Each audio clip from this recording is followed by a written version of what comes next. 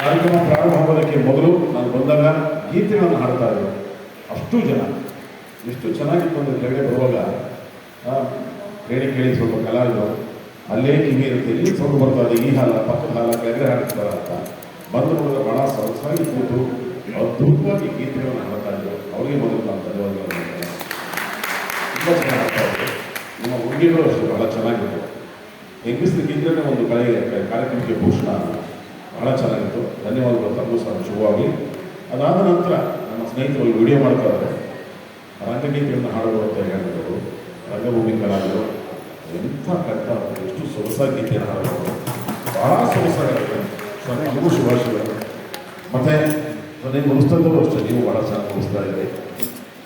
ನಂತರ ಪ್ರಾರ್ಥನಾ ಗೀತೆಯನ್ನು ಮಾಡ್ಬೋದು, ಭಾಳ ಅದ್ಭುತ ಖುಷಿಯಾಗ್ತದೆ. ಸರ್ ಕ್ಷಮೆಯಲ್ಲಿ ನೀವು ಹಾಡೋದು ಕೇಳಿರಲಿಲ್ಲ, ಎಷ್ಟು ಚೆನ್ನಾಗಿ ಆಗುತ್ತೆ, ತುಂಬ ಚೆನ್ನಾಗಾಗುತ್ತೆ, ಭಾಳ ಚೆನ್ನಾಗಾಗುತ್ತೆ. ಒಳ್ಳೆ ಕಂಠ, ಎಷ್ಟು ವಿದ್ವತ್ತಿದೆ ನಿಮ್ಮ ಕಂಠದಲ್ಲಿ. ದೈವತ್ವವಾಗಿ ಬಂದ್ಬಿಟ್ಟಿದೆ ವಿದ್ವತ್ತು. ಭಗವಂತ ನಿಮ್ಮನ್ನು ಕಾಪಾಡಿ. ಧನ್ಯವಾದಗಳು. ಮತ್ತು ವೇದಿಕೆ ಮೇಲೆ ಕೊಡುತ್ತಿರುವ ಪೂಜ್ಯರಿಗೆ ಮತ್ತು ಎಲ್ಲ ಅತಿಥಿ ಗಣ್ಯರಿಗೆ ನಮಸ್ಕಾರ ತಿಳಿಸ್ತಾ ಇದ್ದಾನೆ. ಎಲ್ಲ ಹೆಸರನ್ನ ಹೇಳಿದ್ರೆ ಟೈಮ್ ವೇಸ್ಟ್ ಆಗುತ್ತೆ ಅಷ್ಟೇ, ಬೇರೆ ಏನೂ ಅಲ್ಲ.